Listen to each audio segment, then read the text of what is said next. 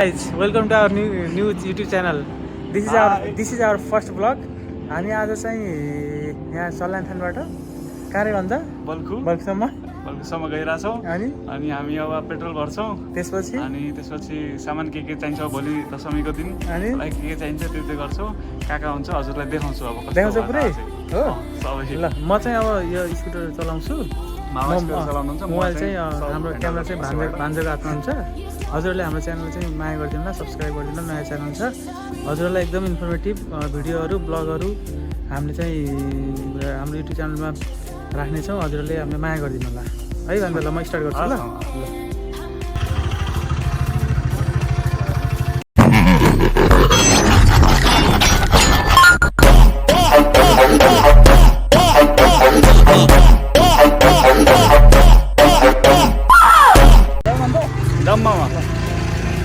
Guys हामी निस्किसकेका छौँ अब यता सल्यानथानबाट चाहिँ हामी बल्कुको लागि निस्किसकेका छौँ यता बाघ भैरव मन्दिर देख्न सक्नुहुन्छ पछाडितिर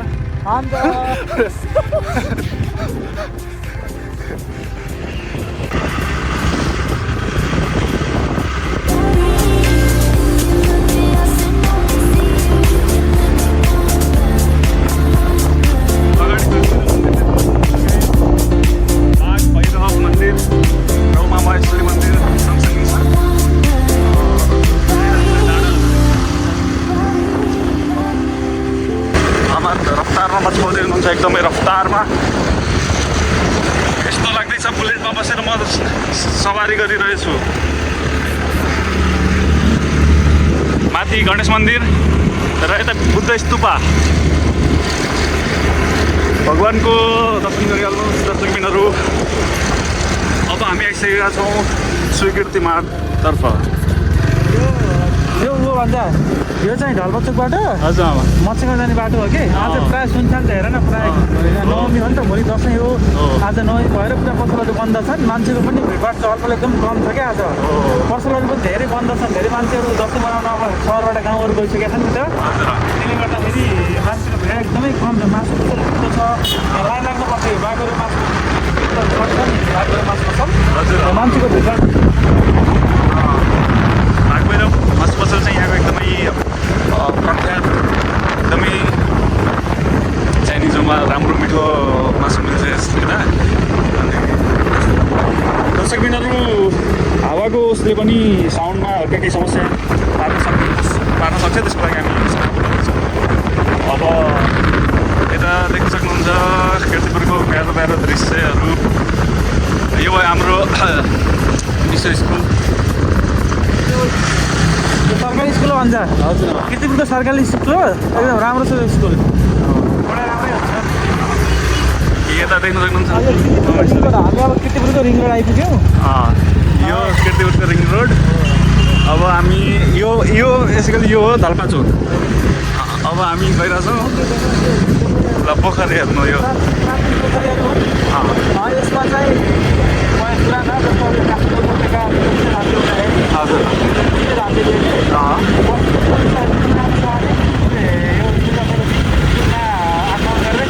प्राप्त गरे बल्ल यो काठमाडौँ भएर राज्य त्यति बेला राजाले यसलाई चाहिँ थुप्रै पोखरीहरू तलाउहरू निर्माण गरेका थियो कि त्यो बेलादेखि अनि अहिले स्थानीय सरकार आइसकेपछि त्यो समर्थन गरेर राम्रो काम गरेको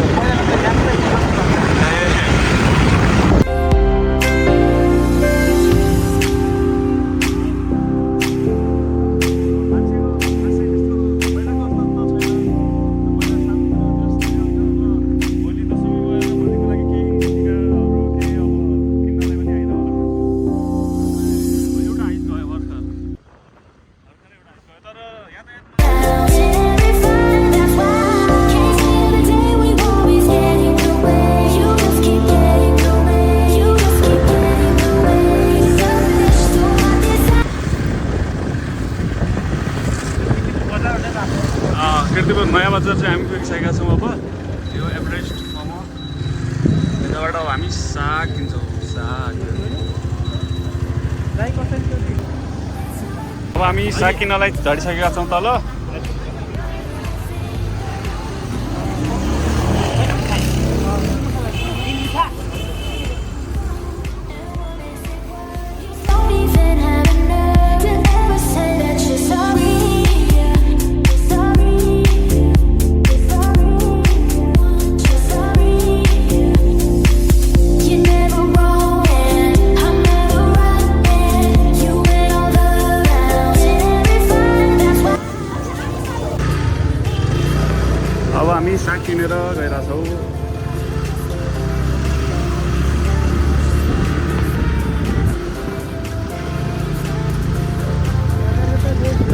बेचिरहेको खाने भन्छ तरकारीहरू छन् मान्छेहरू छन् मसरुमहरू छ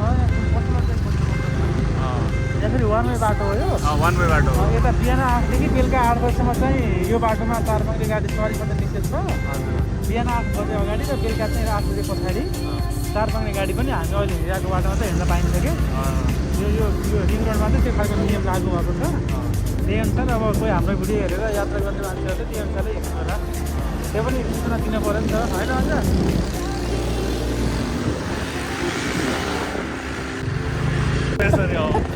उल्टे बाटो नयाँ बजार get hello guys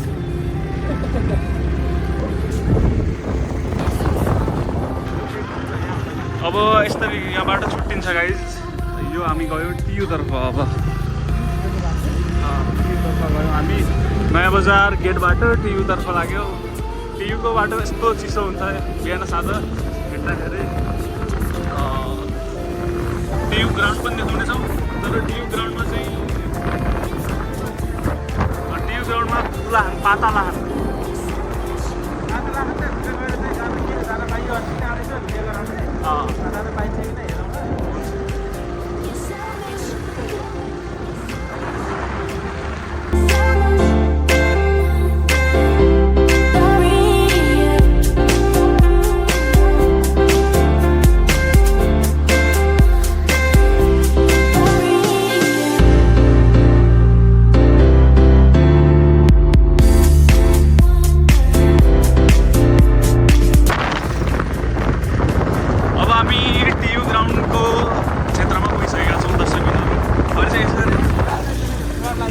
flood light लागिसकेको रहेछ एउटा चाहिँ जोडे रहेछ उयो एउटा जोडे अरू चाहिँ बाइक छ दुईवटा कि तिनवटा जोड्ने भनेको छ नि एउटा उयो लाइट देख्नु एउटा चाहिँ देख्यो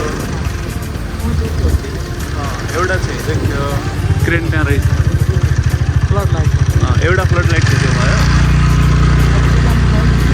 भित्र अब यस्तो यहाँबाट देखिँदैन अहिले गेटबाट हल्का देखिन्छ कि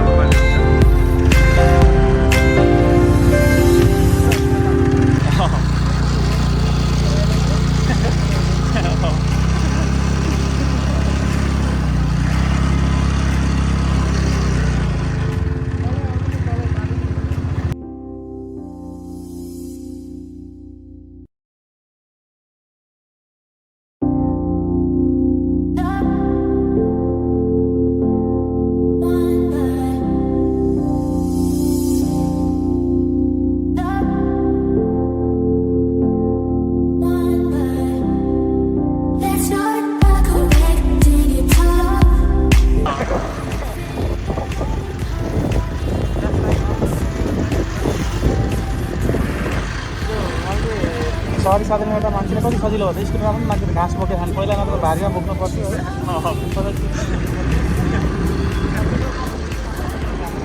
पेट्रोल पम्पमा हामी गइरहेछौँ यो चाहिँ हो हाम्रो पेट्रोल पम्प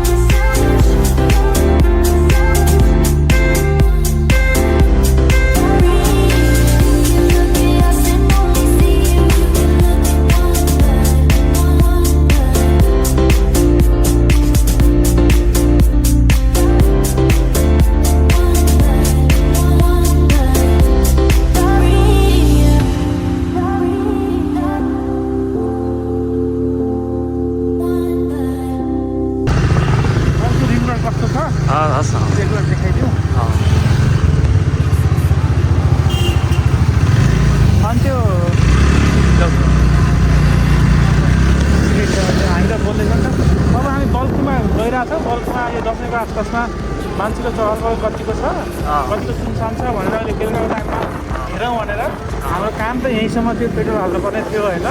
त्यो सकियो तैपनि अब हामी अगाडि गएर यसो हेर्न खोज्यो कि के छ अवस्था, मान्छे कतिको छन्, दसैँमा काठमाडौँ कतिको सुनसान हुन्छ होइन। अन्त त्यही पनि गाडीले हामीलाई हालिदिएर र गाइज हामीले पेट्रोल त भरिसकेका थियौँ। पेट्रोल भर्न हामी त्यहाँ बल्कुसम्म आएको थियौँ। अब बल्कुको रिङ रोडमा पुग्छौँ। त्यो भनेको कुमारी क्लबसम्म चाहिँ छ त्यो बल्कुको त्यो पेट्रोल पम्प।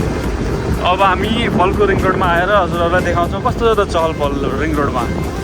गाडीहरू यातायातहरू चाहिँ कस्तो, अब यिनीहरू चाहिँ प्राइभेट गाडी हुन् होइन, हाम्रो साइडमा चलिरहेका, तर पब्लिक यातायात चाहिँ कस्तो छ भनेर देखाउँ हजुरहरूलाई भनेर हामी आउँछौँ यतातिर। यो हाम्रो भयो त्यहाँ अस्पताल बल्कुको।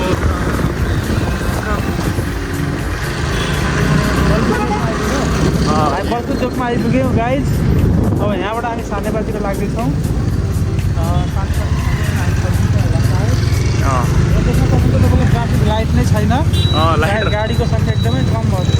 यहाँ ट्राफिक सिग्नल नभएको जस्तो लाग्यो, नत्र यति बेला चाहिँ यहाँ ट्राफिक सिग्नल हुन्थ्यो। हामीले रातो सिग्नलमा रोक्नु पर्थ्यो भने चाहिँ हरियो सिग्नल आएको बेला बल्ल हामीले पास गर्न पाइन्छ। यहाँ अगाडि चोकमा तपाईँ देख्न सक्नुहुन्छ, चोकमा पनि ट्राफिक सिग्नल नै छैन भन्छ। हेर्नु त हामीले निर्वाध रूपमा यो प्रहरीको गाडी छ। अब हामीले प्रहरीलाई चाहिँ राष्ट्रिय सेवक प्रहरीलाई प्रायोरिटी दिनुपर्छ भनेर उसलाई छोडिदिएको गाडी हो।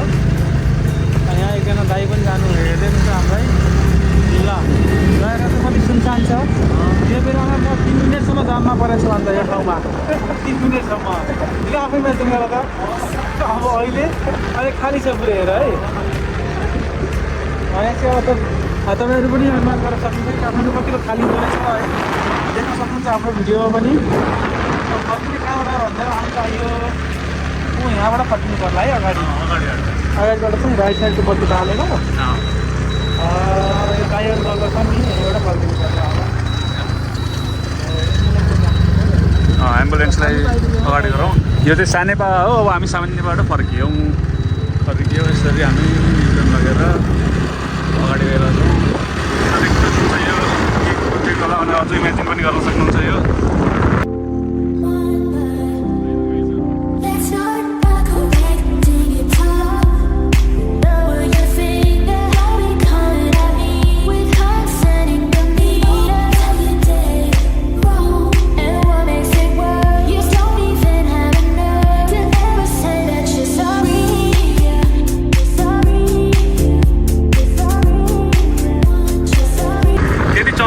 छैन काठमाडौँमा, राजधानीमा। नभए यो समयमा चाहिँ अब कस्तो भन्दाखेरि कलेजहरूको छुट्टी हुने होइन, अफिसहरू सकिने अब बन्द हुने टाइम हो। होइन भन्छ अफिस सकिने होइन, अफिस कहिले सकिँदैन। अफिस चाहिँ बिदा चाहिँ हुन्छ, बन्द हुन्छ। सरकारी बिदा भएको कारणले गर्दा अफिस चाहिँ बन्द हुन्छ। यो टाइममा सकिने भन्ने हुँदैन नि भन्छ।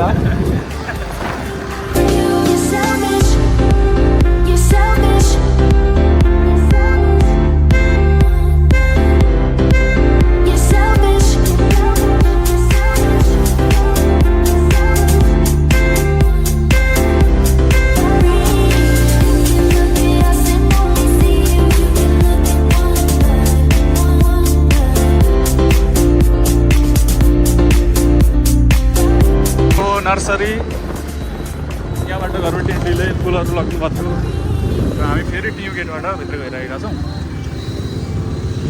This is the TU get.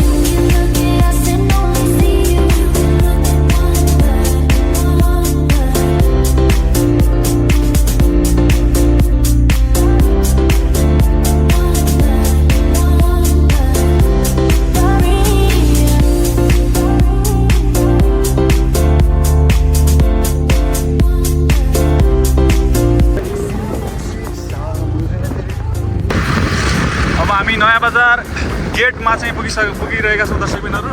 अब भन्छ त्यहाँ हाम्रो किर्तिपुरमा भर्खरै नयाँ आउटलेट आँगन मिठाईको आँगन मिठाईको किर्तिपुरमा नयाँ आउटलेट खुलेको छ। अहिले हामी त्यहाँ जान्छौँ, त्यहाँबाट चाहिँ अलिकति मिठाई लगेर जान्छौँ।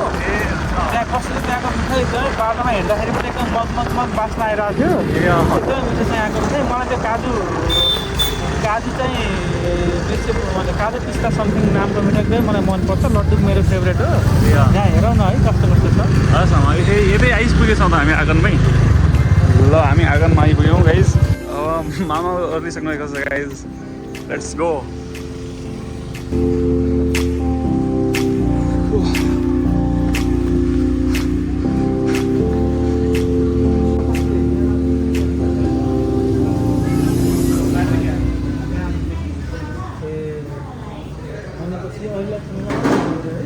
हुन्छ आमा खोया पिस्ता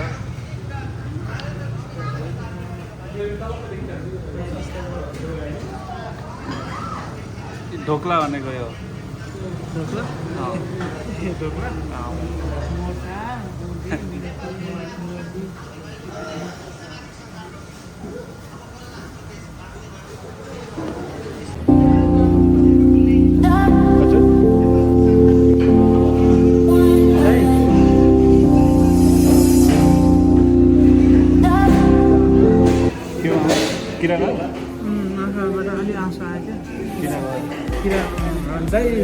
यो खोया पिस्ता बर्फी राखिदिनु न चारवटा। हजुर अनि लड्डु चारवटा राखिदिनु।